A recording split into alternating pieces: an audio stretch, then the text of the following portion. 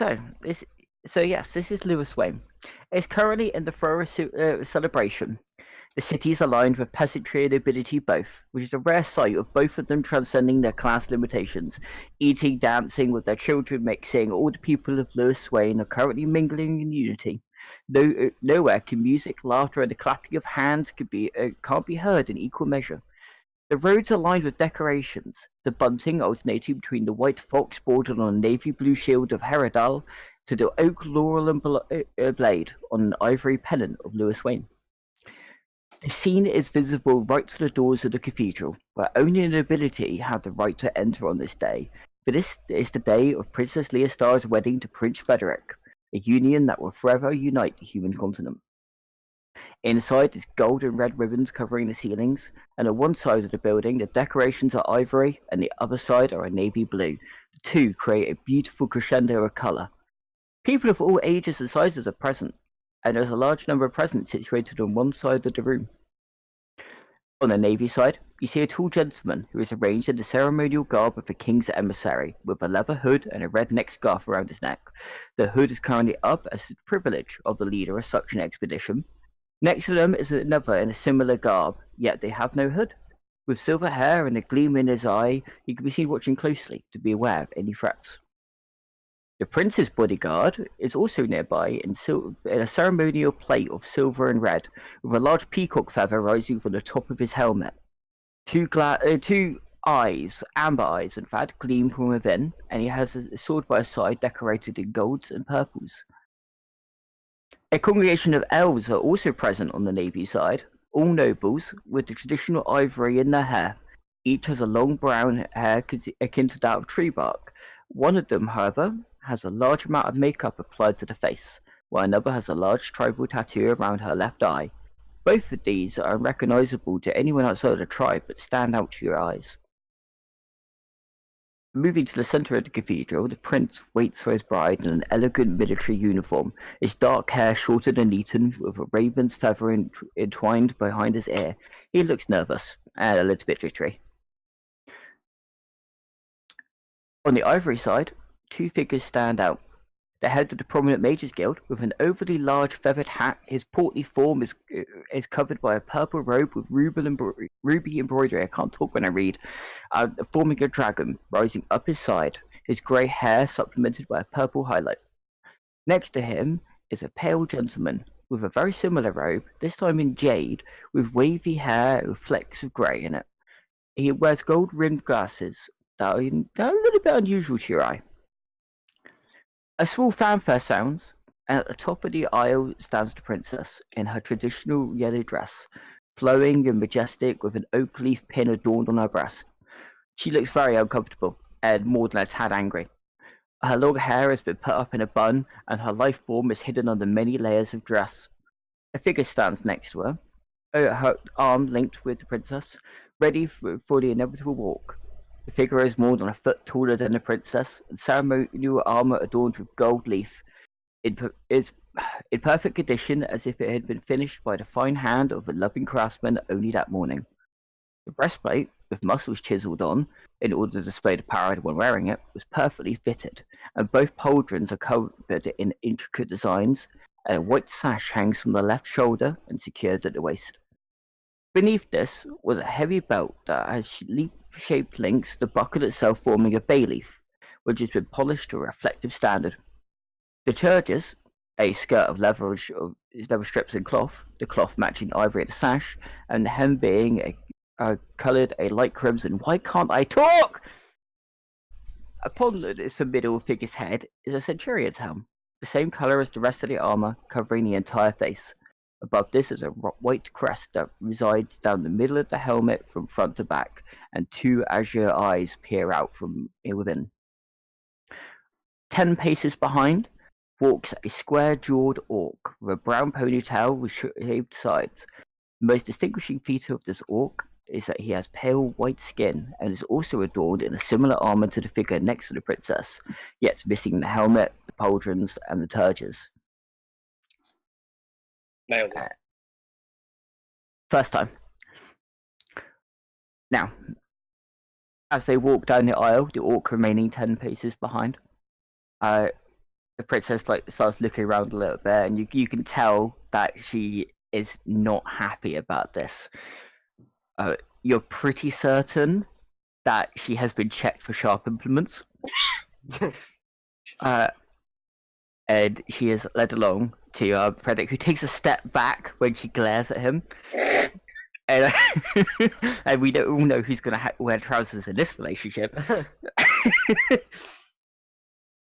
And out comes a rather fat cleric who who comes along with a book and begins the ceremony. I'm not going to go into detail of the ceremony too much, except for the fact that there are a lot of and yeah to deal with for the little Tara, and the Princess Frederick go, yep, yeah,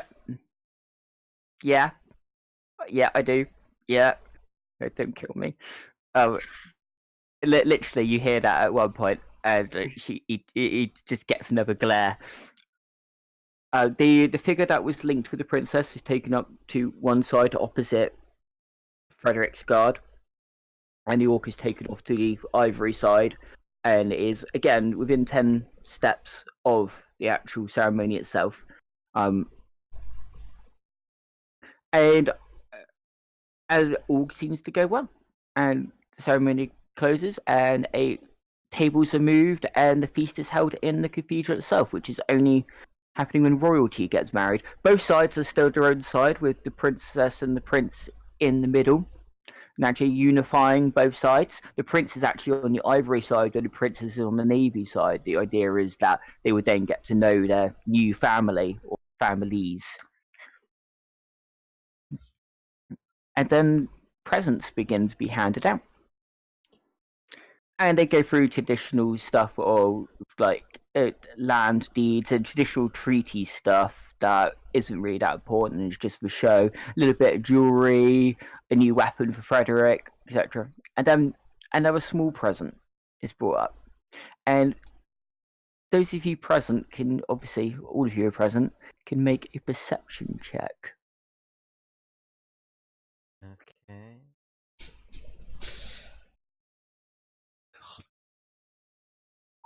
It's going so well.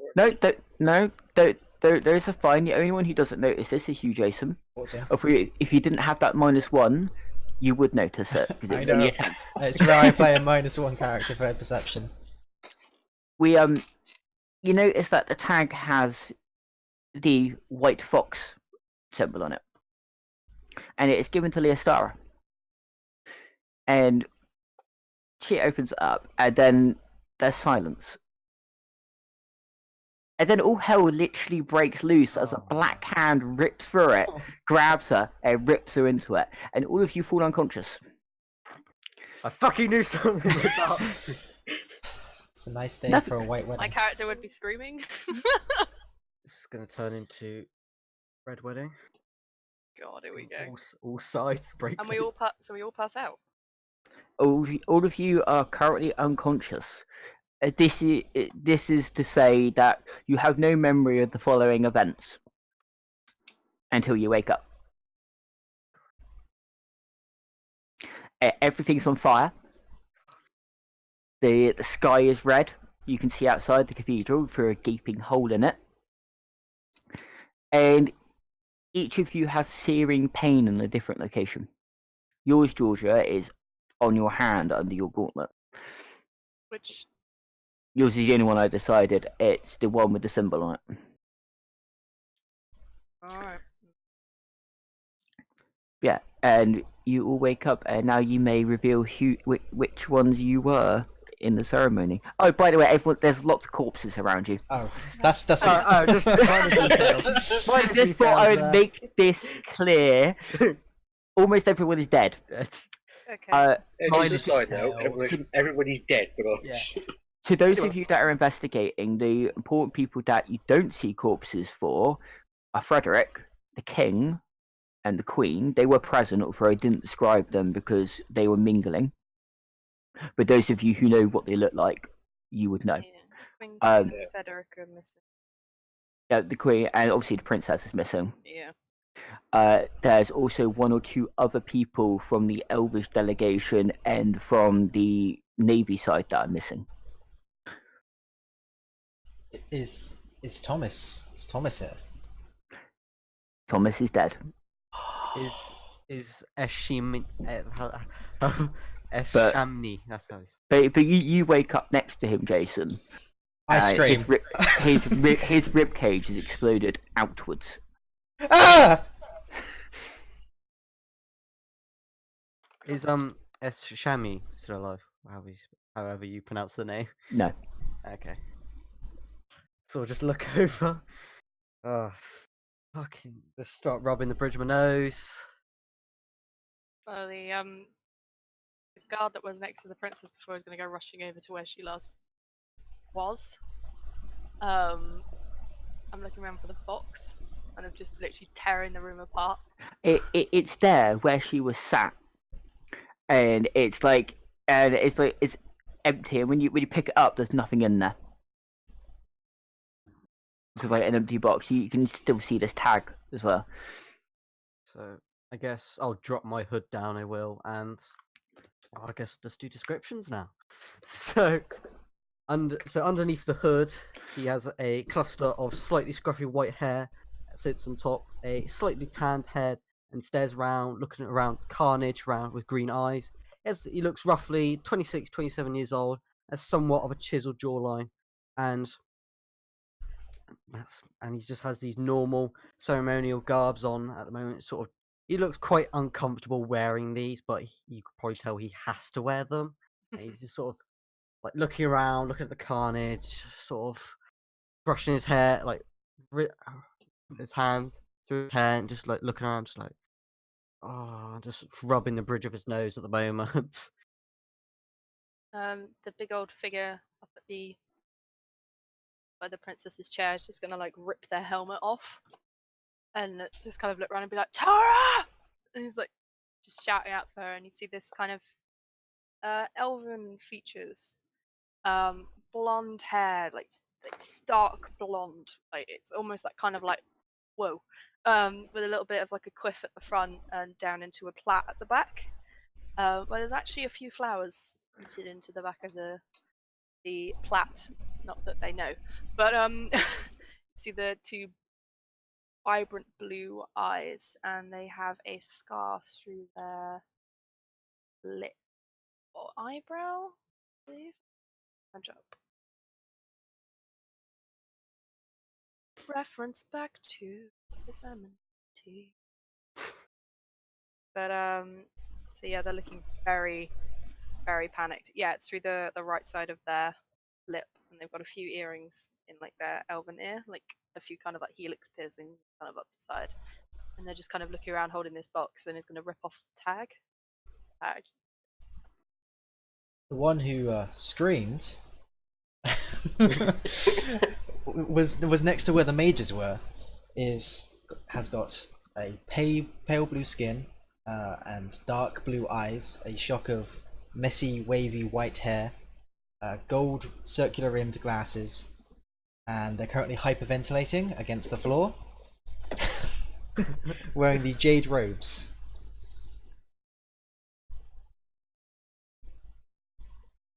Character just call out, Tool, you alive?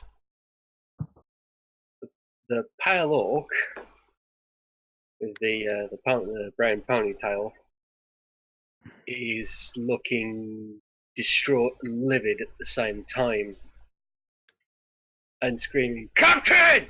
Captain!"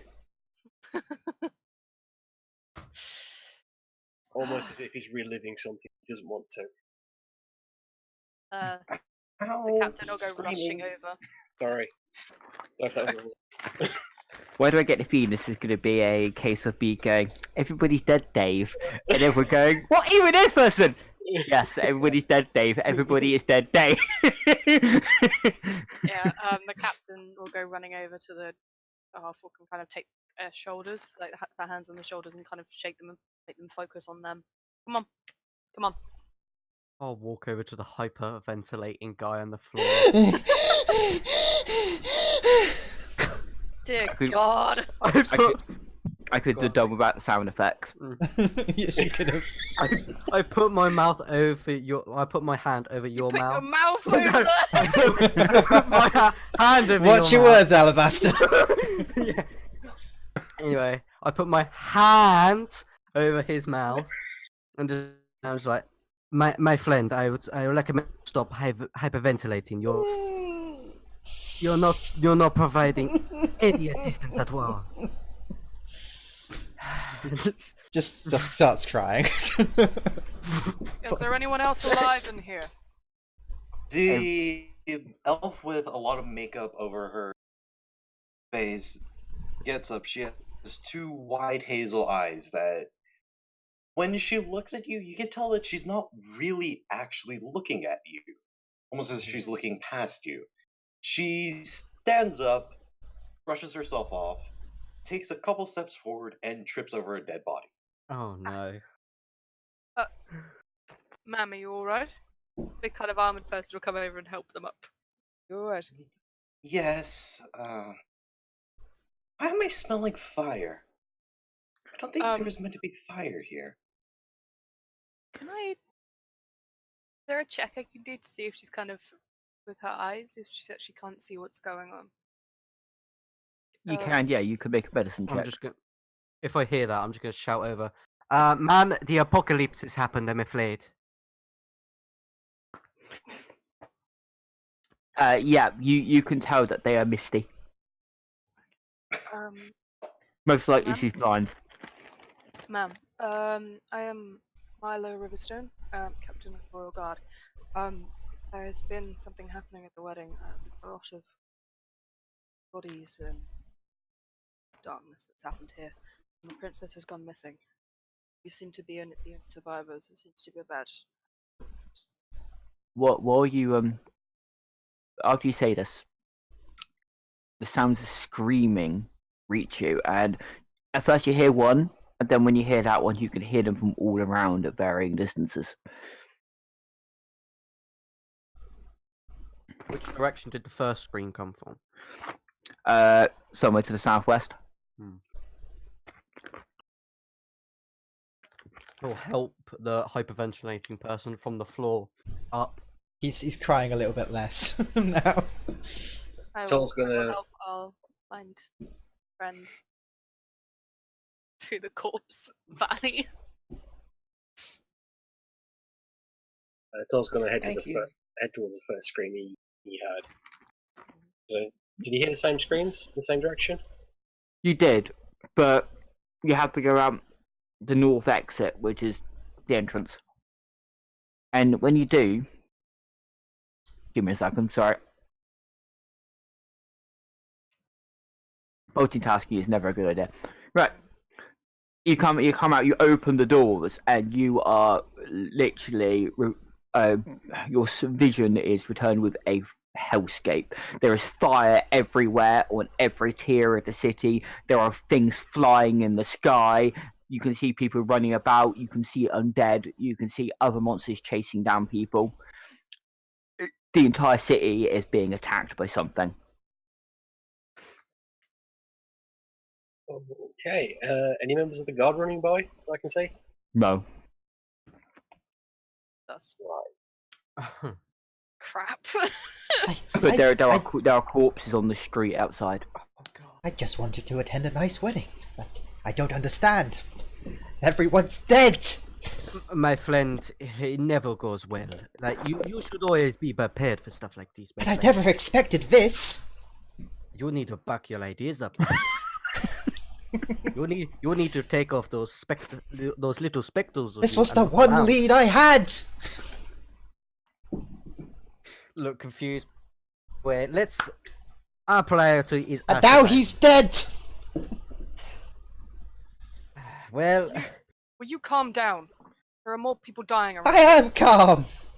Oh, very well, very much so. See that? I guess He's just Milo gonna kinda start comes out pacing with back this- and forth. this elf lady and kind of looks around at everything. Toll, you've had enough time that you've surveyed the environment. Okay. And you can you can see a courtyard in the distance. You are basically where the cathedral is. You are at the top of the city because it is a tiered city, a bit like Minas Tirith, but round because they weren't lazy. Yeah. You can see a courtyard by the actual city gates where there seems to be some kind of defense, and you can see a number of carriages leaving the city. Do they look? Oh, I Do guess we'll any see of now. the carriages look like they would be of anyone particularly important, or are they just sort of standard carriages? Will I be They able to tell look- that from here? They look like gypsy carriages, which is unusual because the gypsies do not leave their normal environment. They tend to stay very isolated and away from the city. Something's freaked the fuck. Okay. But you see them act like people piling into these things and them leaving. They're not. It's like they're evacuating people. They're not just leaving. They're Okay. helping. But that's what you can tell from here. And the only reason you can tell that is because you could see one of the icons on top of the carriage, which is that of an eye, and you know that to be part of their thing. And while it is incredibly far out, like it would take you about an hour and a half to run, you are high enough to just about make this out. Right. Turn back towards Milo and relay that information. That's good. At least they're helping him. Go to the front doors. I will just stare out the carnage. Tara is gone.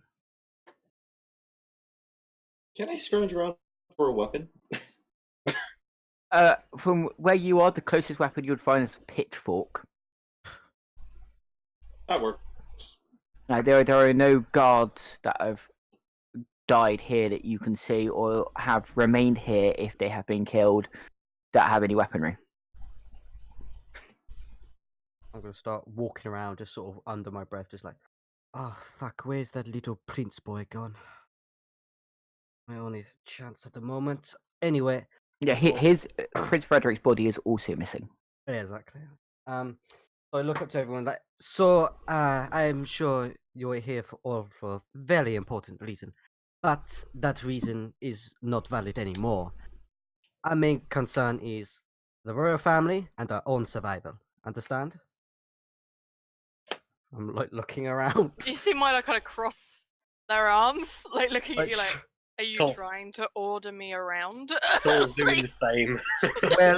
well, no offense, I don't really see you taking a leader role, so I'm afraid if you have an idea, then please speak up. I will not stop you.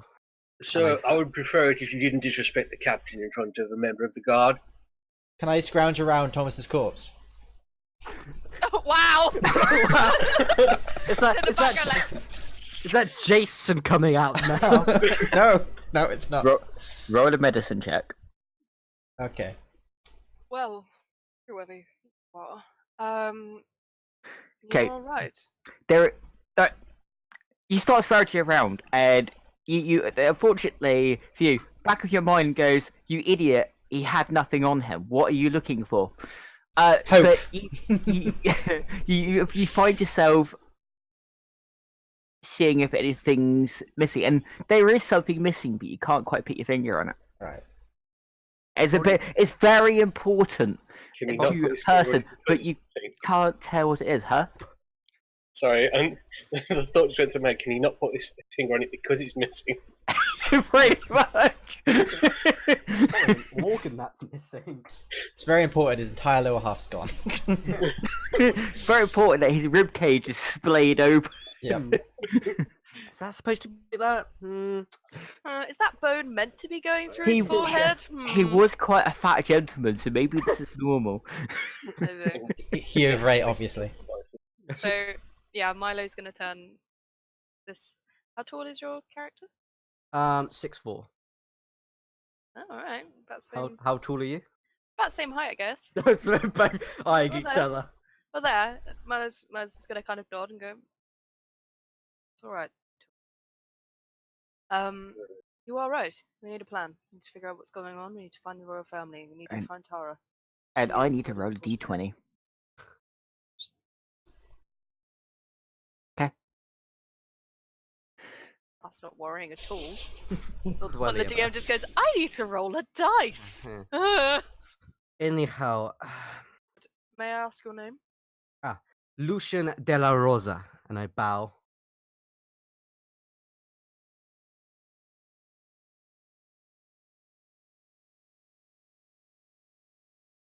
I am Milo Riverstone. And they reach out their hand to like take yours. I'll shake it. You can tell his hands are very soft. They're not. Yeah. Uh, Compared as to this- Milo's, are very coarse and rough. Okay. Are you shaking? Are you shaking with the tattoo hand? I will do, yes. Your tattoo has a black bubbly mass on it. What? Just covers the entire thing, and people seeing this also know that you all have one, just in different places. Oh, what? You see Milo kind of I pat breathe down slightly. myself. Also, Milo focuses on his hand and to enhance this revelation, the cathedral collapses behind you, just creaks and then folds in on itself. I believe we need to get out of here. That was an awfully big crash. I wonder what that was. Can I pat myself heavens. down? Yeah. Can I pat myself down to see where I have a black spot? You do, yes. It is. I said everyone kind of notices, because you kind of feel it on your skin before you actually see it. And yours is on your chest on the left hand side, just slightly higher than your heart. Oh, okay. Milo walks away a little bit and goes down onto one knee. And he was just like holding their hand and gate and staring at it. Just looking kind of horrified. I look for mine. It's on your right thigh. Oh, Joel's gonna check Vic is. It's on your right arm. And if anyone wants to check the wood elf, if she'll let you, hers is on her chest as well, but on the Oh. right hand side, not the left hand side. I ain't risking that.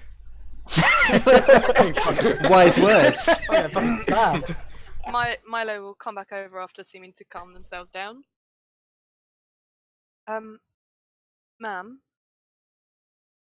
Yes? we all seem to have been marked by some sort of entity of some sort. Have you noticed anything special? Not at all. All right. You should try and stick with us as much as you can. There's a lot of carnage going on out here.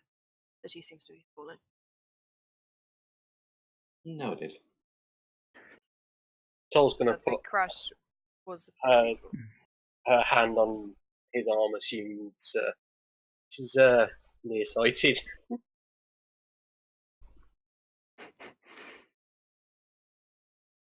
You could tell that while there were no obstructions around, she could walk perfectly fine, almost as if she's had training.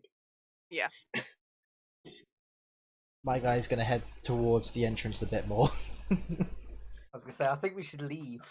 Now, you guys are outside the cathedral. You're next to the castle kind of area, because the cathedral and the castle are the top tier, and they were together. And the castle itself has this black cloud hanging over it. not like this. Yes. Oh goodness gracious!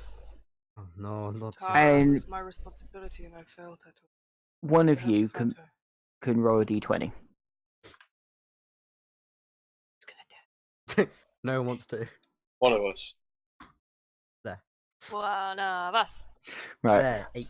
As you're looking at the castle, you notice this cloud like kind of like reaches down into it, and then the shadow like coalesce like ink, and then it forms all these flying creatures, and then it like screeches and it flies out towards the rest of the city. Boy. That doesn't look good. Did we all see that? Yeah, basically the d20 was to determine what you saw about the castle. That's normal, right? Mate. None of this is normal, boy. Right. Did you say there were... Tool, did you see anything? Any other things attacking the city? Or a lot of things attacking the city, but my suggestion: we regroup with the rest of the guard and see what defense we can form. Even if it will take us a while to get there. We need to protect as many people as we can. As we go, we need to help them. Are you here? Are you all capable of fighting? Oh heavens, no! I was gonna say, I look at him. I will. I've read about it, but I will be a protector. Give me a Nice. sword and I can nearly hunt anything, with the exception of a direwolf. What a bastard. There's pricks. Milo just kind of like looks at the little elf and goes, "I like you." Turns to Lucian and goes, "Trust in your abilities to keep this man safe." He looks at the glass. The glasses like, my name is Aviat Notitia. "Pleasure to meet you, Milo Riverstone." Gives a nod. An A, an A now. I'm just writing all this down. Miss, I have not asked your Yes? name. Oh, Danoa. It's very wonderful. Anyway, Right, We the must place, get moving. the only place that any of you have seen any resemblance of the guard is Toll seeing the main entrance of the city, which is also on the north hand side, right down at the bottom, naturally, tiered city. And you can see there's a massive courtyard with a big fountain, but there seems to be a defensive perimeter around it. And you can obviously these carriages are evacuating people. As the only semblance you can see of any guards. Right, we better get moving. Protect any of the citizens you could see. Thanks. Getting down and protecting the civilians, you can get down. There are people running. The further you get down, the larger number of people you find. Unfortunately, I'm not even get you to make an attempt on this. Trying to save people is almost an impossibility. You get close to them and they get picked up by one of these flying things and dropped. They are. You see a group of people get run down by a group of zombies. You see another one get shot down by a group of skeletons. You see something breathe fire and roast a whole bunch of them in front of you. You don't get to see what it is. You just see the breath, and you're out of there. Can I make a Constitution saving throw not to throw up? You can if you would like to. I would like to. You throw up. And he just adds to the effect. As you manage to make your way down gradually, and more and more of this is becoming apparent, and it seems to be getting worse the longer you're here. And eventually, you do manage to get to the front line, where there is a number of little bit bar tables stacked up against everything else. There are guards. They rush you. They see the royal guards immediately, and they just let all of you through. And yeah, and hold the line. As you can see, there's a number of monsters running behind you, and arching line fires up over the tables and manages to take some of them down. Just, at the front of shields and spears, that managed to lance a few of them on the way down, and they're just a bit of a melee, and they take them out. One guy does manage to get himself pulled out and ripped apart. It doesn't look like it will hold for very long. Do you mind if I take a quick break? Yeah, Alright. I'll be back shortly. no problem. Milo we would like s- to find what the situation is with everybody. Right. See if they know where the king and queen are. The king and queen have been missing. There's no sign of them. We don't know what happened to the princess or the prince. Everything's just gone to hell. We only about 100 people have made it out so far. Lewiswane is a big city. You're talking hundreds of thousands of people. This is literally Castlevania at the start. True. The Viothi gypsies, they turned up just after it happened. They've been helping people get out. The only reason we managed to keep this place safe is because of them. They've set up some kind of sigil and it's warded them off. But they say it won't Sigil? last for much longer. Yeah, it's their normal sign. It's the sign of an eye in a circle, like a kind of cross for it. It's really difficult to describe, but yeah, they set it up and it's held them off. But they said it won't last forever. We've been doing what we can, but we haven't even got enough men to be able to go out and try and find people. Very brave, and you've been working very hard. I can't thank you enough. We need to leave. You know, if I didn't know any better, I think this Great Dark was happening right now. What was that? Sounding nice. The Great Dark. I've heard my family talk about it every now and then. Sounds bad. As this starts, you notice a couple of people turn up on horses into the city, and they are in full plate. One's got a hammer and a book. One's got a great sword. The other one's got a glaive, and they immediately start barking orders and running to help the defenders. There's only 3 of them. They have a symbol. They have a Paladinic order symbol on them, but you can't recognize it. The wall Back up. is breaking, man. Yeah, they basically they do makeshift walls that they've managed to build, and the wall have been boosted by this ward. That it doesn't seem to be working for much longer. Oh God, I know everyone else wants to stay. I will look around, see everyone's determined to stay and defend, and I've just sat like not 5 feet back from everything, just taking care of Avite. How do you pronounce it? Avite? Yeah, something like that. He's gone for a quick break. Yeah, I'm Navigate, just sort I of believe. Aviator. I'm just sort of standing there, like constantly looking back at like where the carriages were and that lot. I'm just like, do do do. True.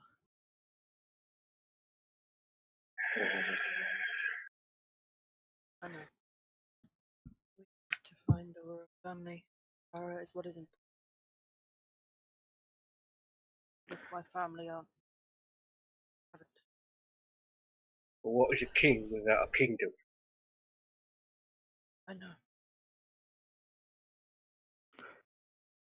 You see, these paladins have built added to the ward.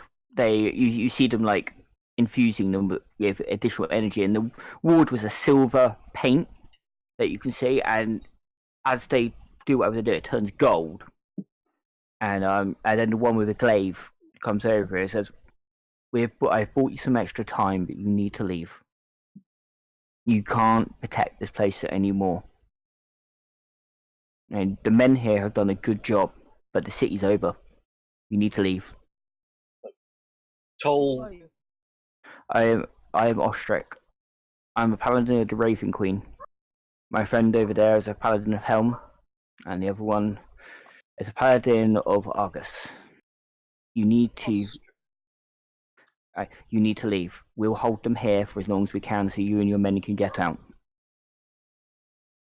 as Toll's listening to this, he's visibly he knows they're likely he's scowling something there because he doesn't want to go. I'll notice that, and I'll start walking forward, and I'll put my hand on your shoulder, and just look, we need to protect the people that are leaving now. The kingdom is with the people, not the actual place.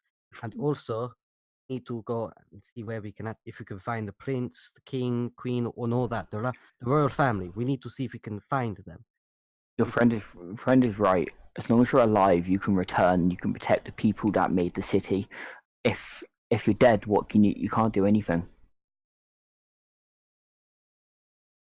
Okay, Lucian looks slightly taken back from what he's just said. What is just sort of flooded out of his mouth is actually being proper and polite. Yeah, this guy seems like he shoots you an apologetic look for interrupting, but like you can kind of tell he's being sincere. I'll try and slowly, just not forcefully, but just slowly try and lead them away. As you try and like lead Tool, you'll see Marlo just kind of shake their head at you and go, "I wouldn't." One Um, last thing. God. Just trying to get the attention of the guy talking to. Ah. What the paladin or the other guy? The god. Okay. He's like, yeah. Pass me a spear. All right, yeah. He runs over and like grabs one of the spears. It's a makeshift thing, but from like a rack nearby that they've been using for projectiles, and like brings it back over to you. There's things coming at the barricade, aren't there? Yeah. He's just going to take the spear, look for the nearest one, and pitch it.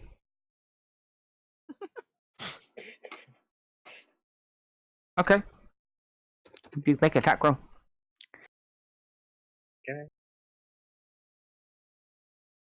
I haven't got a spear listed, so. Spear being thrown would be a dexterity throw. You being what you are, you'll have proficiency in them. Okay. Because yeah.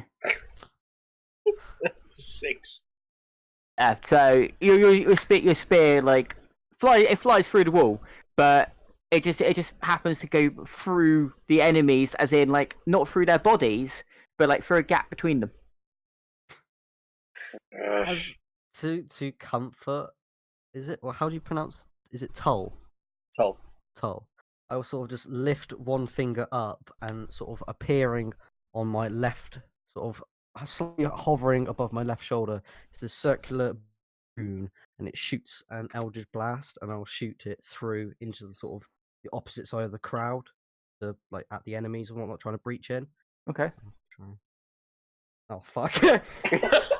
It limps. Marlo's kind of just watching all of this, like. You go to fire your blast, and nothing happens. You like you try again, and you just don't manage to be able to summon the energy. Come on. Just clicking my fingers, like, come on. Boys, anyhow. whatever you're trying to do, we need to leave. Now. Yes, Oh. Captain. You lot would notice when the spell fails, you will notice slight writhing and slithering underneath his clothes, and you see Lucian sort of not chokes himself, but like when you try like use your arms to sort of try and unchoke yourself, like trying to stop the moving around. It's just like anyway, let's get going. That was weird. Don't worry, she's just being her. That is all. Whatever's going on, we need to move. June, we get go. Another carriage turns up a little bit later on, and there's this guy like hand on the top, leaning out of it. It's like, come on, get on! We'll get you out of here. You guards, you come too. The guards like they look like they've heard this all before, but yeah, they start looking at these paladins who just like nod at them, and they start picking up the stuff and getting ready to leave. They all start boarding, and it's a big carriage as well. You can tell just by looking at it, this could fit a lot of people. Marlo's going to make sure that everybody gets on. So they're waiting till like the last moment to get on. They're making sure the soldiers and everything get on in the carriage. Yeah, they all do.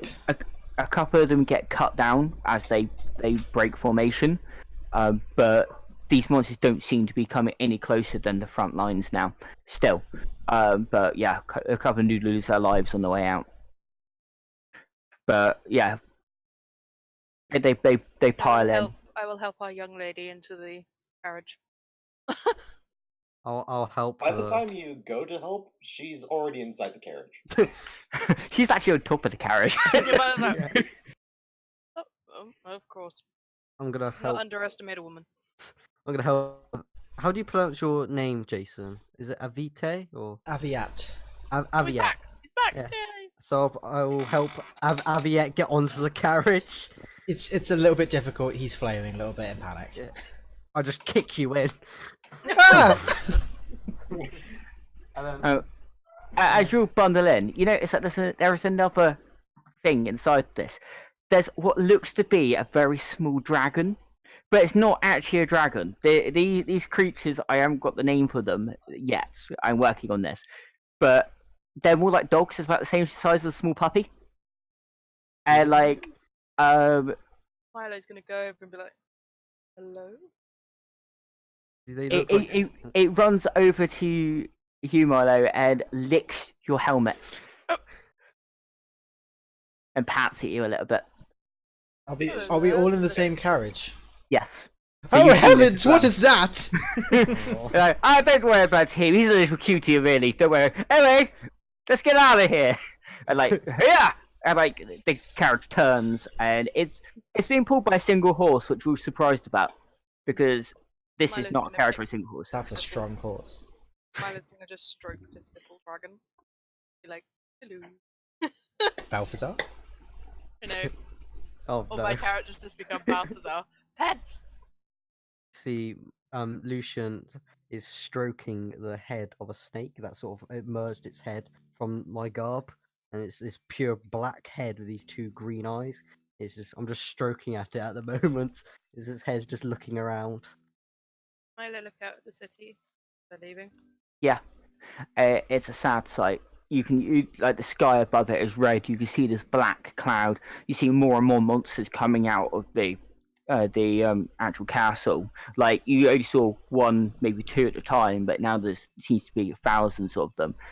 You can still hear screams, and after a time, you're a little way away now. You just see this golden light that's hit the little courtyard where you're in, and it rises up the city a little bit and then fades back, and you know that the paladins who would stay behind are gone, and darkness just like coalesces around the city. The city itself actually seems to shake, and the land beneath you just like crumbles slightly, and you hear a bit of cracking but no actual quakes, and then everything is silent.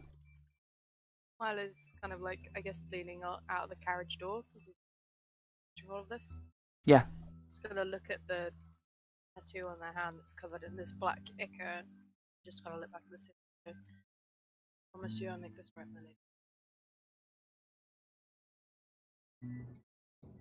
I think Javier is either trying to study this dragon creature or is just looking very somber at what they just saw. I found a name for them. I'm going through all my notes because I completely forgot it last minute. They're known as Orpetti, Oh, petty. and they have all the features of dragons except for the intelligence. They are literally like little dragon dogs, but their breath weapon changes based on what they eat. Oh, wow. And they will eat almost anything. Oh, no. But they are extremely friendly towards sentient creatures, unless it's trying to kill them, in which case Extremely unfriendly. then they have a shish kebab. But but yeah, and they come in all sorts of colours, and this one is a turquoisey blue down from the head, and it kind of fades into like this violet colour down the bottom. And he's just walking around, just like cuddling up to people. He just like you don't think this thing has seen so many people in one place, and it just doesn't know who to be with. It doesn't know who to get affection from. How curious. I wonder how it works. This is such a cute little petty. I've only read about It licks you, and it's just like kind of does this like growl, which he knows like a bark. It's like a more than anything. It's not a violent sound. It's just. I am dragon. Hear me roar. Ow. Ah, he seems to like you. and I try to befriend it. Yeah. You make an animal handling. Yeah, you just happen to like have had a bit of food stuck in your sleeve, and like you pull it out, you give it to him, he like eats it, and then like pats at you, and then like curls up on your lap. Such a cute little creature. Aviat is looking very annoyed that he's not got a notebook and pencil. This little creature seems to be bolstering the morale of the guards and the remaining survivors. There's a few like civilians in here as well who are doing a very similar thing to Milo. They've looked out at the city, they've seen us go, and like one of them has said a prayer, and everyone's obviously really sad. They've lost their home. Milo's gonna like sit down, have their helmet between like their feet, and just kind of put their head in their hands. You closing your eyes? Yes, I would. You get a vision all of a sudden, just a split second. It makes you jump your eyes open, but you see Tara, and she's running in somewhere that's dark, and you can't see any features of escape. But in that split second, you know she's alive. Just sort of rest my hand on your shoulder. Just there. I'm sure we will find a way to fix all of this. I'm sure. Tara's Everything alive. alright, Milo? Tara is alive. I know it. I feel it. We are gonna find her. I don't want to. Aviat pulls out the letter he had from Thomas and just reads it over again.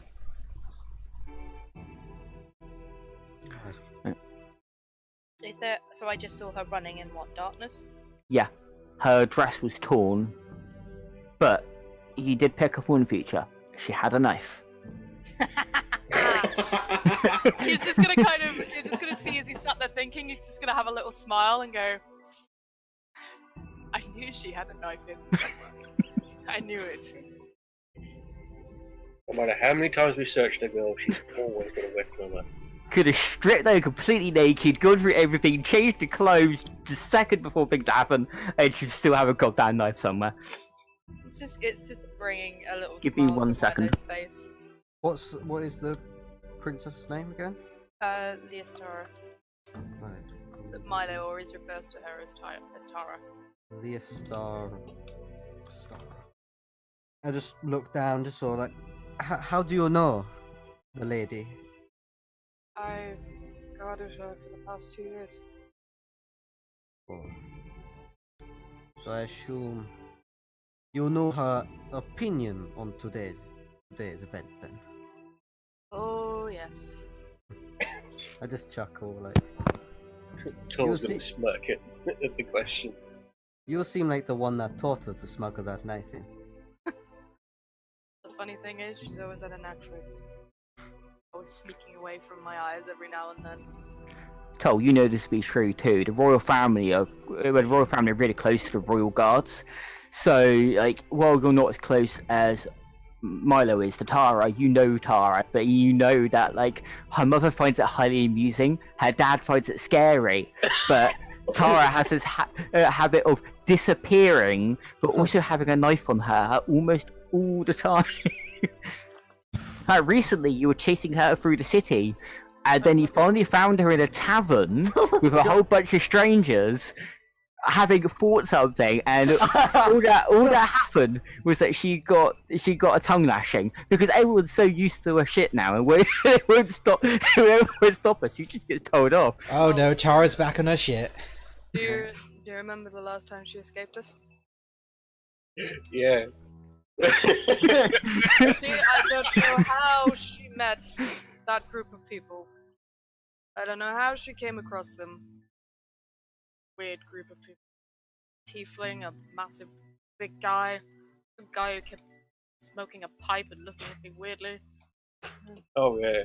The guy in the corner, Little- wasn't it? little- it was quite a crazy band of people.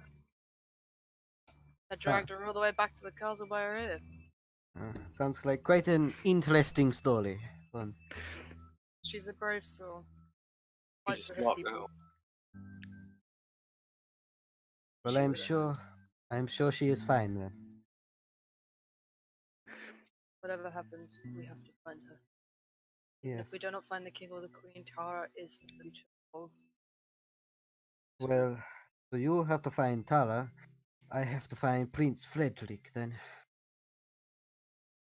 You close to him? No, oh no, not at all. He's got me. What's the word? Cut.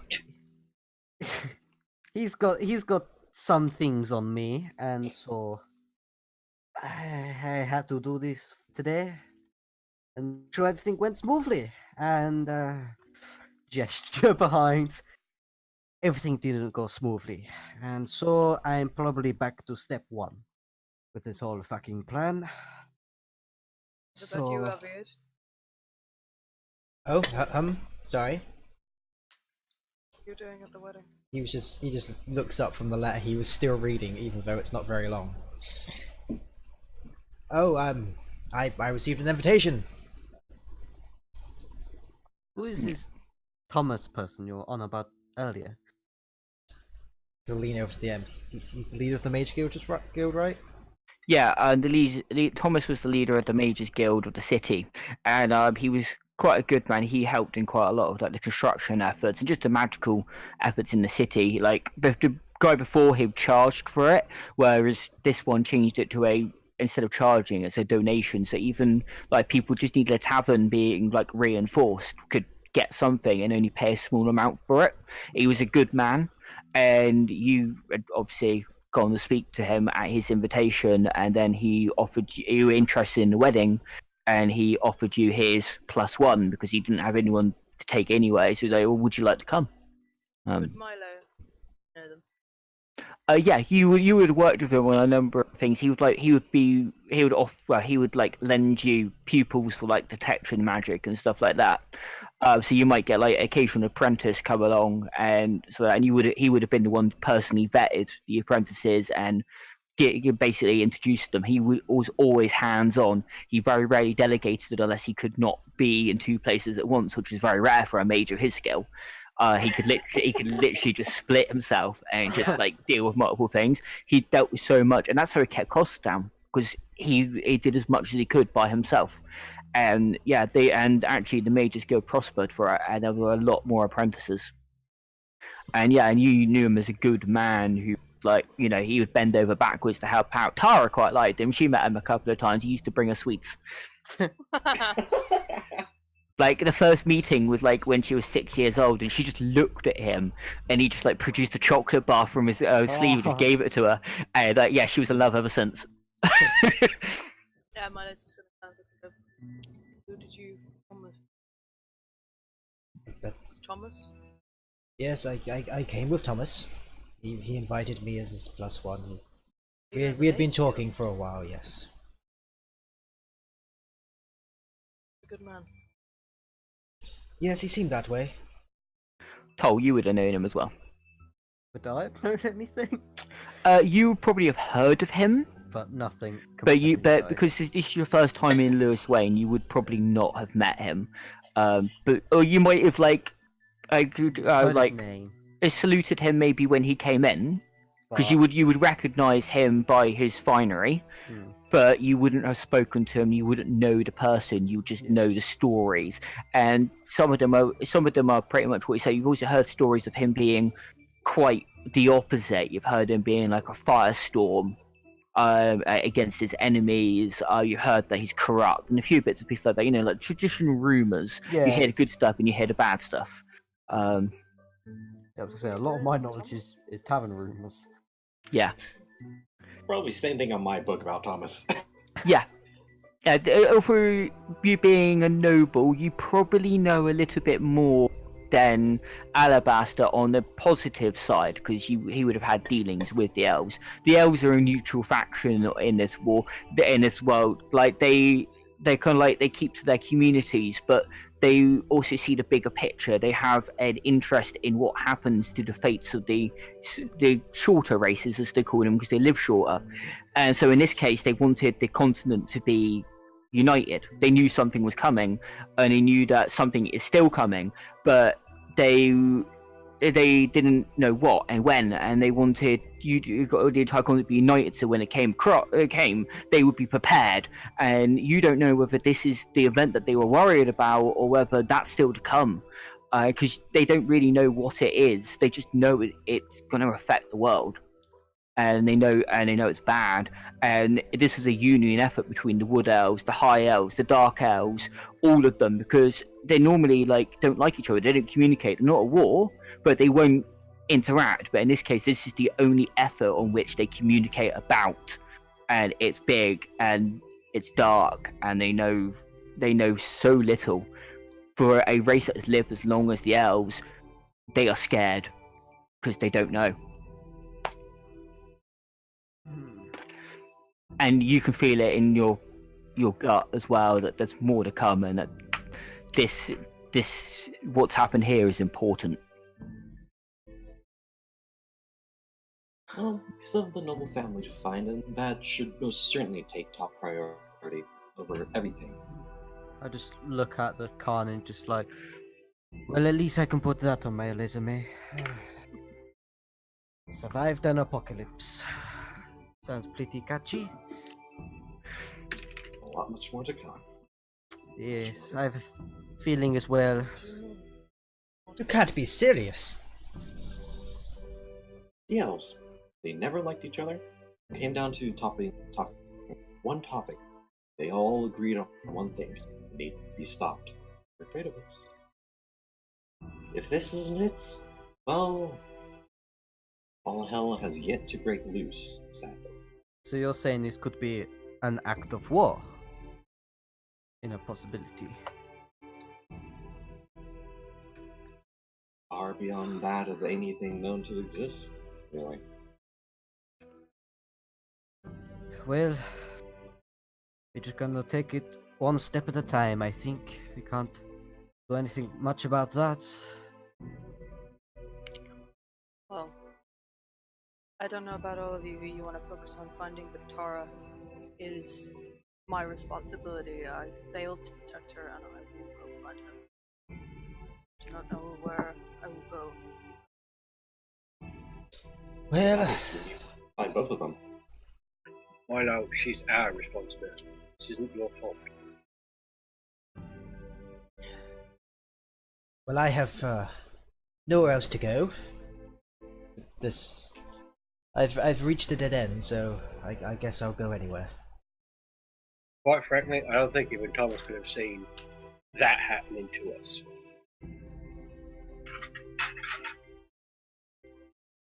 Well, I think the best thing we do is get supplies, get equipment, and then we can actually start properly investigating the situation. 'Cause at the moment, we don't really have proper equipment or money as well. Do I have my glaive? You only had the ceremonial stuff that you're with. You had your ceremonial okay, wait. glaive, then Exactly. We're all fucking but- useless at this moment. yeah. And where do we know where we're heading? Or to? Yeah, The my gladius, oh god. the guy on the carriage can tell you where you're going. He briefly explains that he's taking you to the Voloni settlement, which is in a swamp to the west. That's where they've been evacuating people to, and they are. It's a couple of days out yet. Milo would like to go and just thank them and say that they couldn't have. It's down to them that there are as many people as there are alive, and he cannot thank them enough for coming to their aid. Ancient grudges aside, we will have to band together when stuff like this happens. We are a community. We are a race. There is more to us than grudges and hatred. And it is something like this. We have to protect each other. We did what we could, and if we could have done more, then I only wish that. Was more than enough. More. Can I insight check that? Yeah. What are you trying to look for? To see what this person's saying is true, saying, "Oh, we did this to help." Is like, is there a hidden motive, basically? You can't tell from him. He seems to be genuine. He almost has tears in his eyes when he says, "I wish we could have done more." Okay. And you get there's very much sadness in that statement.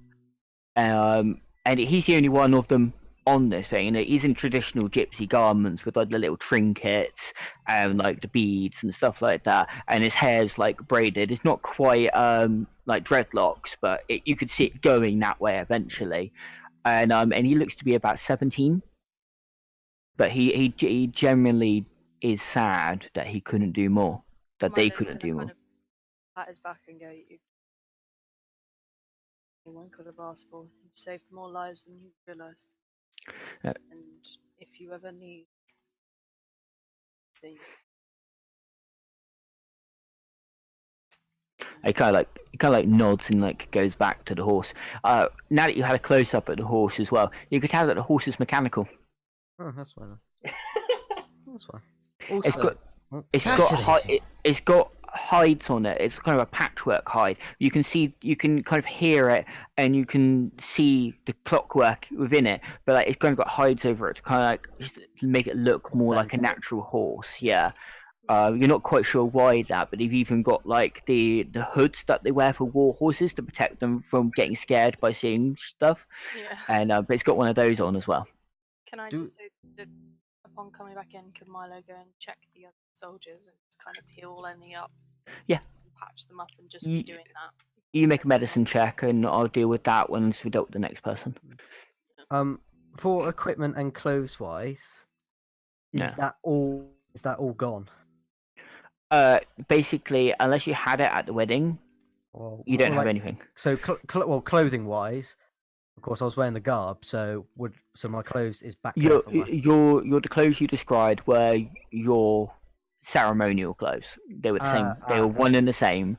Because it was the king's emissary of. I can't remember. I need to look it back up of the other location. They're very much informal, formal. So you look like you would be in your traditional role, but that would also be your ceremonial garb, because it would just be a neater version of it. So my normal clothes are basically my ordinary clothes. In a way, yeah. Because you would have been dressed up as in, and so that's why the one next to you was wearing very similar things. Think very like loose French militia. Yeah. That's what your description described to me, and that's what it's just not like neatened up. You are in your loose. The idea is that I'm showing respect to you because I'm showing you how I normally am. I'm not presenting a face.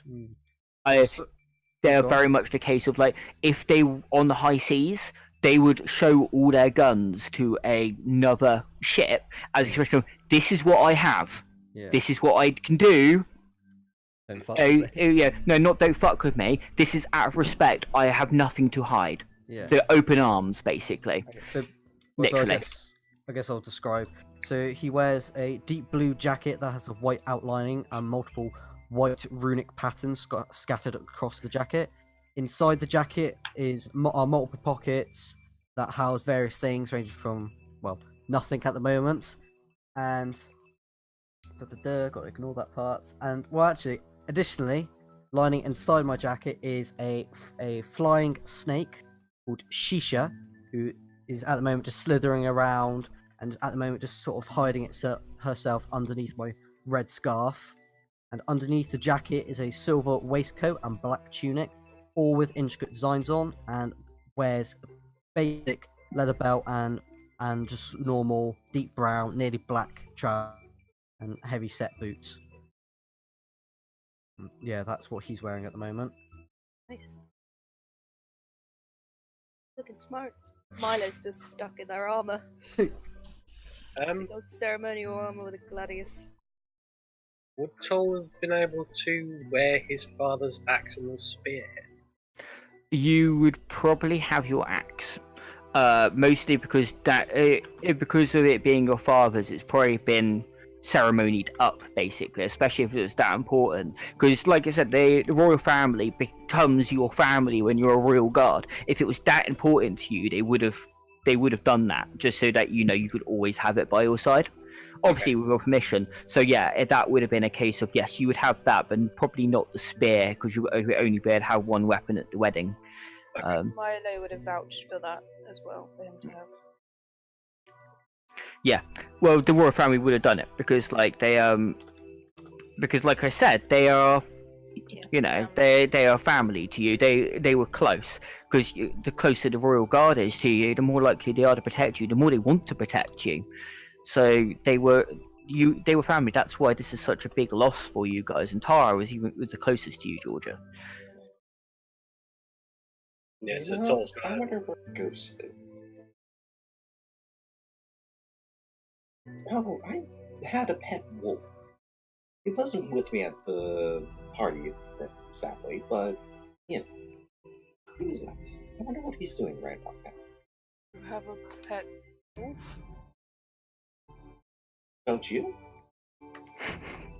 It's a valid point. Oh, that is a good point. I would have liked to, but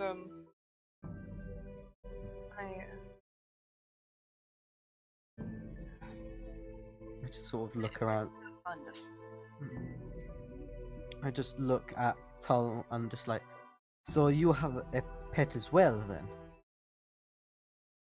Toll's currently got one hand up by his neck and his father's hand axe in his lap, looking at it. Does anyone else have any pets that they like to confess? Like, Well, I think we've now got a little dragon. oh, so a dragon, a wolf, flying snake. If your petty likes you, you do take him with you, yeah? Because he obviously seems to like you. God. And now I don't have to feed it. Believe me, that thing eats for every country on the planet. And then the moon. And then the other moon. Is that perchance why you have a mechanical horse? No, that's not the reason I have a mechanical horse. No, but believe me, if I still had a normal horse, then it probably would be. Yes, it definitely saves on food. Fascinating. Pays for itself. Fair enough. Yay! By the end of this, Seeing we'll what all have Toll- pets. Seeing what Toll was doing, Milo will just put a hand on their shoulder.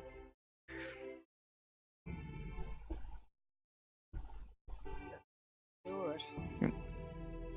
Hours pass, I'll be. and I'll let you do this in a bit. Hours pass, and the sky goes down, and as the sun goes down, you kind of like get the last glimpses of Lewiswane before it is just swallowed in darkness. Mostly due to the night, not literally swallowed, but it feels like that. It looks like that, and you all feel a little bit better in a way because it feels like a closure point. You don't have to see it right now. It's not there. It's done. It's gone. That's the end of it. And the young gentleman comes down. So again, we're going to camp up for the night, mostly because, well, I need to refuel, but also I need some sleep. So, because I am not mechanical.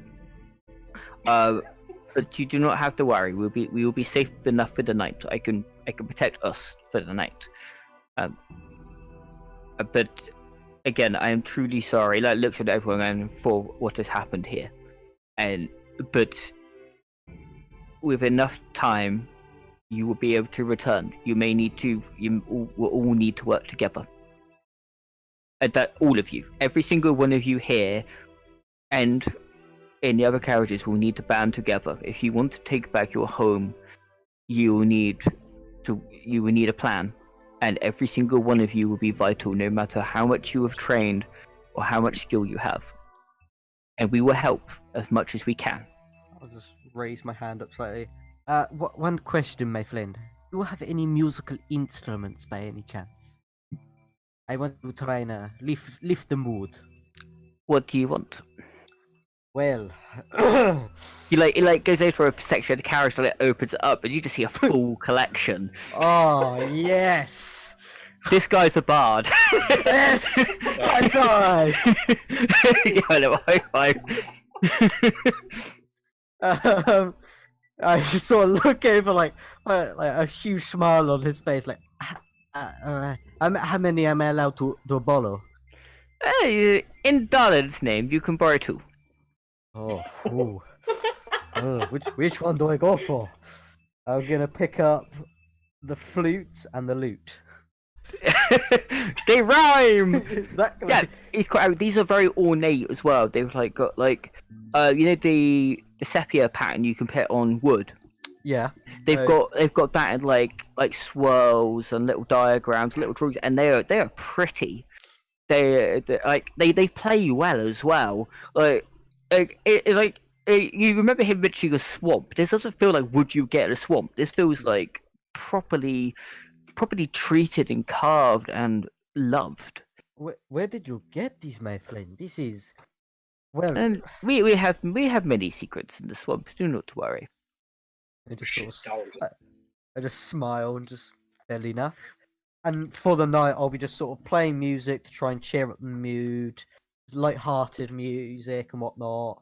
Yeah, he sets up a number of tents with civilians' help. They seem a little bit inspired by what he said, and like everyone like kind of like without having to talk too much about it, sets up an effective campground. There's about 40 of you in total. There's a big carriage.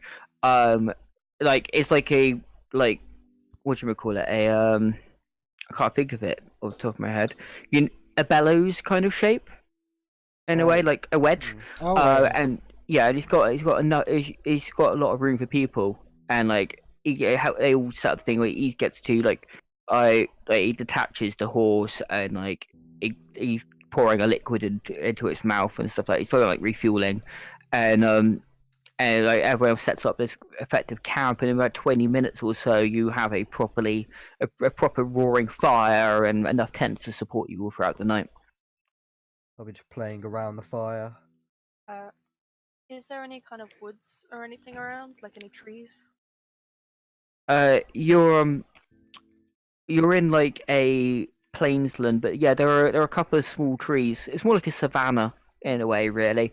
But yeah, there's a few small trees, not a lot of leaves on them and stuff like that. Could Milo go over to one and sit underneath it, right? Yeah, of course you can. Also, I might take my gladius and try and cut this big blob off my hand. I'm very distraught that it's over my tattoo. you go in to cut it, and you realise that the bubbly bits are actually your skin.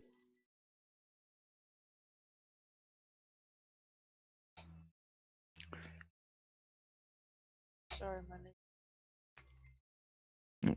You feel you feel a little bit of warmth from it, not like you don't feel like you're in trouble for it. It's almost comforting. And the rest of you, like when she's praying, you can almost make out a small glow around her, just a little white glow around Milo. Aviate's gonna look for a book. He's gonna ask around if anyone has a book. No one really has one. The guide kind of like sometimes I have books with me, but today I just don't. I did not have any. I was in the middle of moving around my stuff, and when everything went down, I might have something, but I'll have a look overnight if that's okay. Well, I suppose so. I don't really have much of a choice. Thank you for I your lay help. down and actually pull a book from my sleeve.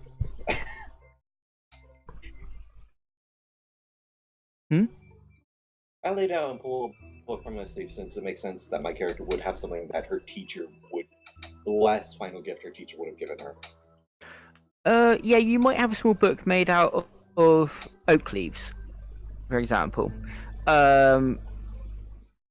Make a d20 roll to see whether it's taken off of you or not, because I did specifically say that certain things would be taken away. I'll see if you manage to hide it away, so it'll be a small thing. Okay. No, you didn't manage to hide it away. So okay. you would have had one, but it was taken away before the ceremony, just in case it was magical. I think of my book. Okay. And he kind of sits there a bit grumpy and bored. I'll just put the little beast thing. Your pet is quite happy. He it prances around the camp a little bit, just like licking random people, and like when like the guy manages to bring out enough food to like support people. You know that's all his food because when you see him take it out, that's literally everything he has. Just you'll manage to get a moderate meal, and like he like sniffs around trying to nick bits and pieces from someone. Like just every now and again, just like a sausage off of someone's plate goes missing and stuff like that. And yeah, he's just amusing himself, and like he'll come over for comfort every now and again, and then he'll go off and nick something else. I'm gonna. Is there any? Can I see if there's any just blank parchments or any blank empty books? No, There is no. nothing. Okay. not here. No. Okay. Molo's just gonna be praying. Just play it under this tree. I guess That's still fine. blowing. Only while you're praying. When you stop, it stops. But yeah, We all go sleep eventually. Milo will probably try and stay awake to keep an eye around the camp. uh, And since they're an elf, they can do the 4-hour yeah. thing. Yeah, you go into your trance when you come out. You realize that this guy meant what he said. Like you feel safe here.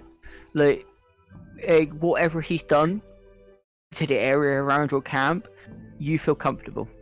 And as the sun starts coming up, it starts to fade. And you feel like he was right. It was just long enough for you guys to get a proper rest in. But now you need to move.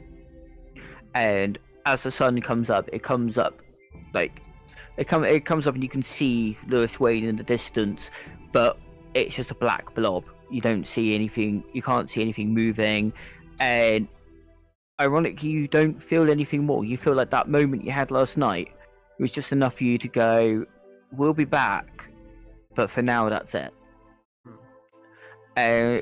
You, Alabas, you don't feel so much for it, No. but you being human, that is your home capital.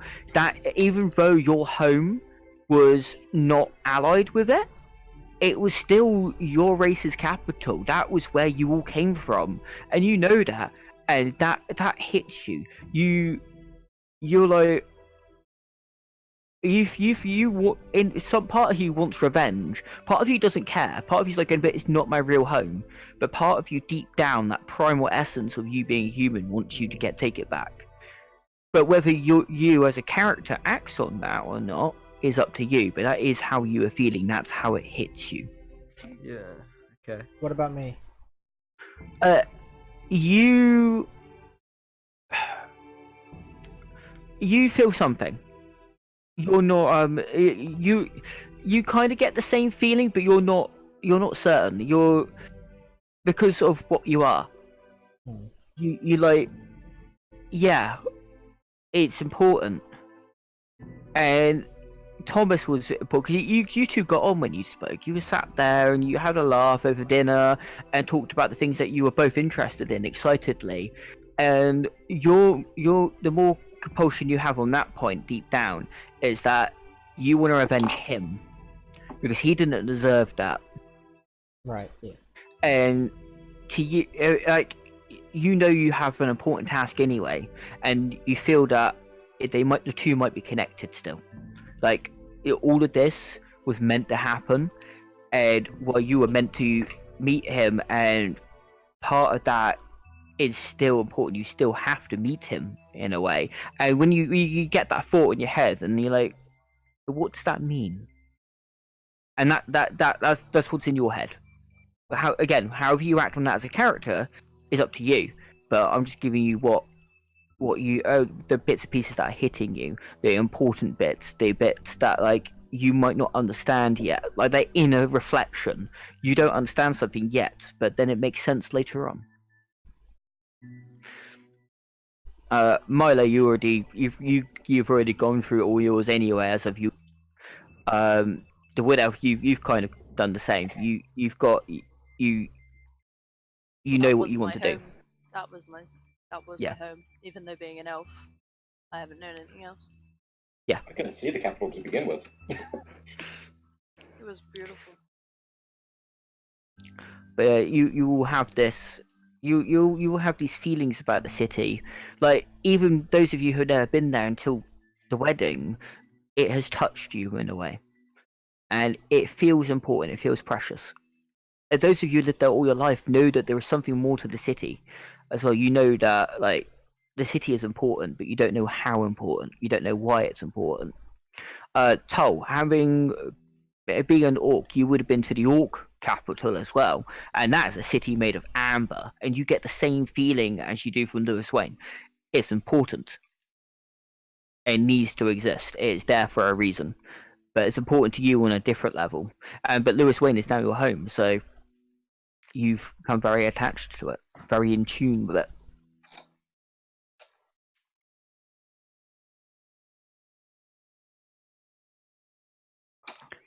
But the sun comes up, and you all bundle back in, and you all start heading off again. And it looks like it's gonna rain today. You're getting like light grey clouds appear overhead, and you got cold chill on the wind as the day starts.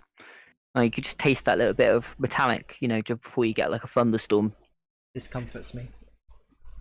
And as you head off, a few hours later, it's confirmed, and like you start getting a light drizzle of rain, which was very appropriate. And after that, it's about another 6 hours, and you approach what looks to be a foresty swamp area, and with giant like rivers of like skating through it. The trees are sodden, the ground is sodden. Or through the horse and the carriage just seems to flow straight through it. Doesn't seem to have a problem with it. And another 45 minutes later, after approaching this, you've napped off a number of mosquitoes and bubbling things. You are in an encampment with palisade walls and a roaring fire in the center. There's music playing left, right, and center. You see a number of these carriages lined up, and this place is full. There is about another 260 people, other than what you're about to bring in. That makes it over capacity by about 260. And yeah, and everyone they seem to be milling about, and they seem to be helping out, trying to do what they can. There's too many of them to help out with everything, but everyone is trying to pitch in a little bit. And he kind of like drops you off. He's like, "It's very nice to meet you. You just take your time to gather anything you've got and just head on in, and maybe meet the matron. She might be able to spread some interest on everything that's going on." Yeah, I was going to say Milo would probably like to meet the leader.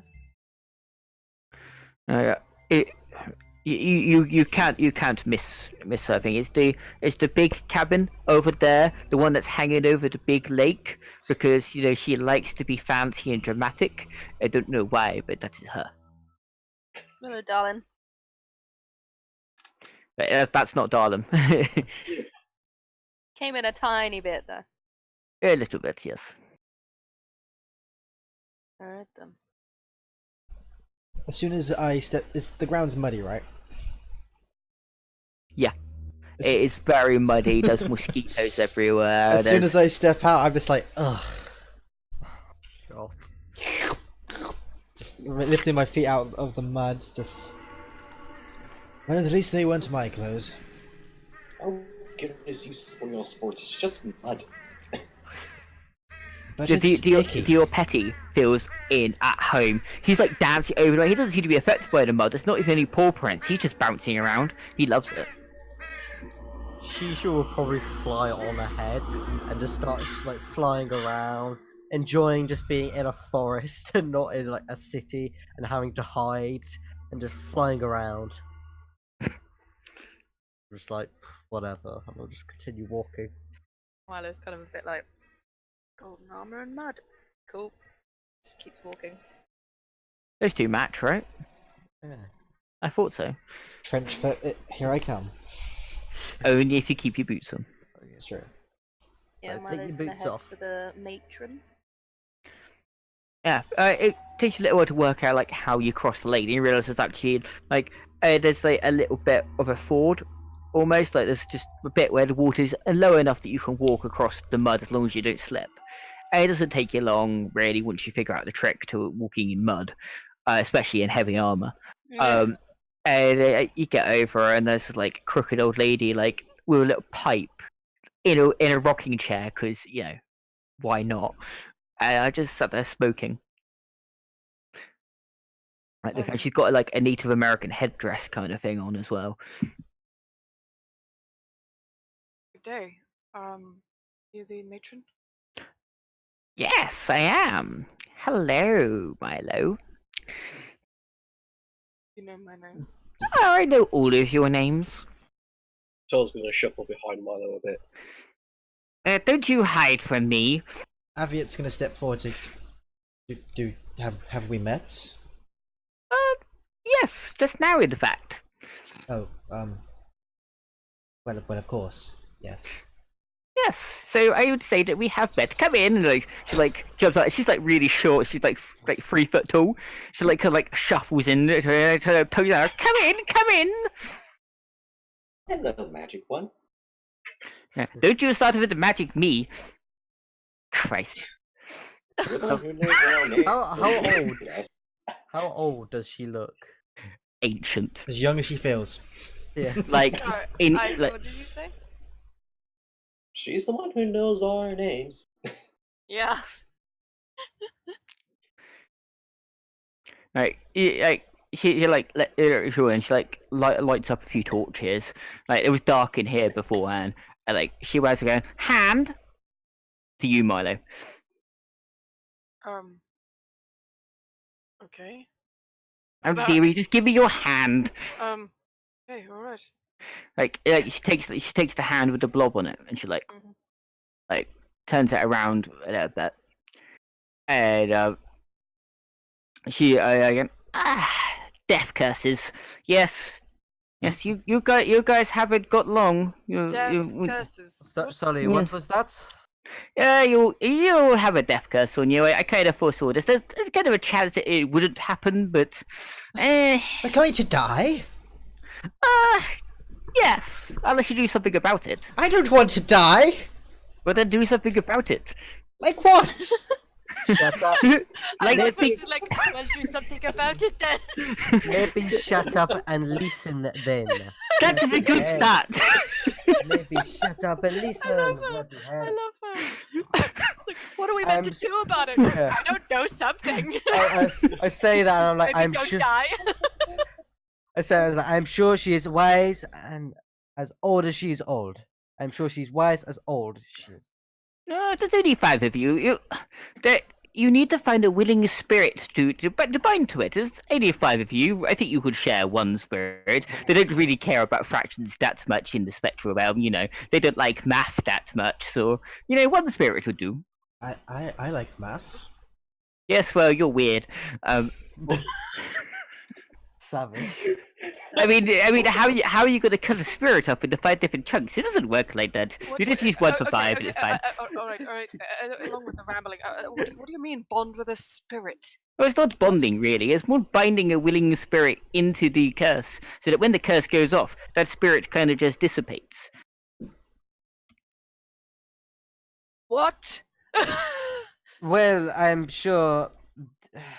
Do you know any spirits around the local area? We could just pop in and ask. I know many spirits, but no, probably none that would help you. But Trust me, I'm quite a charming fellow. I'm sure I can sway one to maybe give us a in the right direction. no, believe me, I tried. And even with my beautiful looks, I couldn't do it. Tol's got his face in his hands. Aviat looks mortified. Ice, So, Ice, you were going to say something. I wasn't. Oh, okay. so we've come in here, and you've just told us that we have a death curse on us. Means we're going to die. We need to find a willing spirit. To bind to it. I just need to find Tara. You see, that sounds about the events in the 5 minutes, yes. And yes, you do, but, you can't do that when you're dead. Well, you probably could, but you probably wouldn't be able to do anything about it. So, living would probably be a very good idea. Just get to the chase. I'm sure you have a So it twitches ahead at you. She stares at you. I'm sure you have some advice that can help us go on our merry way to cure this death curse. Yes, you go out into the swamp, you find a willing spirit, you bind it to death, Yes, and then bump your ankle. I meant how do the we spirit bind? part. You bring it back here. I'll deal with that. I can deal with that. How do we bring a spirit back? Well, if it's willing, it'll come with you, wouldn't it? Where do Okay, we that's a find good these? point. Where do we find these spirits? No, the swamp will guide you. You'll see that this is no normal swamp. This is. It's hard to explain. How does that work exactly? Is there some Basically- unusual magics? Basically, you put one foot in front of the other until you find what you're looking for, and then you reverse that, and you come back, and you're fine. So we walk backwards. No, you just turn around and walk. Walking backwards would be stupid. You might hit an alligator, But and believe me, you do not want to hit an alligator. But the swamp will guide us. Exactly, but they can't prevent alligator attacks. I- And happy. It's like, But perhaps you someone just needs said to that it talk would to the guide swamp. us, what? I'm No, so no. confused. No. The swamp is a place of death, you see. Alligators, mosquitoes, bigger mosquitoes, bigger alligators, dinosaurs, a few other bits and pieces that we won't talk about right now, but you might see and then we'll talk about afterwards. I'm going to ignore the fact Heavens. you just said dinosaurs. Alright. Don't forget zombies. Zombies happen. Bog I want that on a mummies, t-shirt. Zombies happen. It's a good t-shirt. So how long do we have for this death curse then? I'd say you've got a couple of days. Long enough. You've got plenty of time. God. And what? Doing the spirit thing will it get rid of these marks? Well, it would get rid of the marks. No, that will come later. Natural healing and all, but it will get rid of the curse. Yes, once the curse goes off. So basically, as long as we can bind the spirit before the time that the curse actually goes poof, then you're fine. But after it goes poof, not so fine. Milo's just gonna look round at everybody and be like, "Guess we're gonna have to go." Tall sliding towards the door. I think. You've got time to stay for a meal. Come sit down, have something to eat. You must be hungry.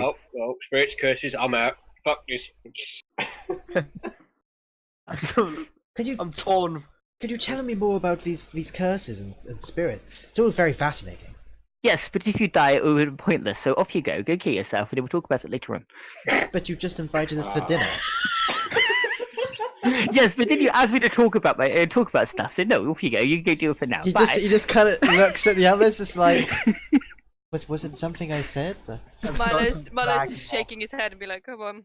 Off you go. The time for dinner has passed. Off you go. Stop trying. Right, we're leaving. Dinner's Is there tomorrow. time for tea? Is there time for tea? There's never time for tea. No. The time for tea is also passed. Off you go. Off you go. Can we have a flask of tea? Yeah, all right. There's one by the door. Literally, like, as you say that, just like appears. Oh. Milo just kind of picks up the flask and goes, "You are a lifesaver." It's full Milo. of swamp water. Yes. I know. I've saved all your lives so far. Yes, you have. Alright then, let's go. Pushes everyone out the door. That's it. When we leave, I just turn around like, look, before we go on this expedition, should we see about getting equipment or?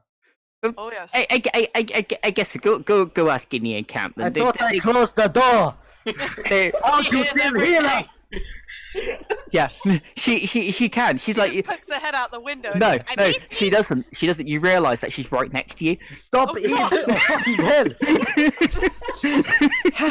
You stop doing that! How does that work? Oh, for fuck's sake! It's called magic. Learn some.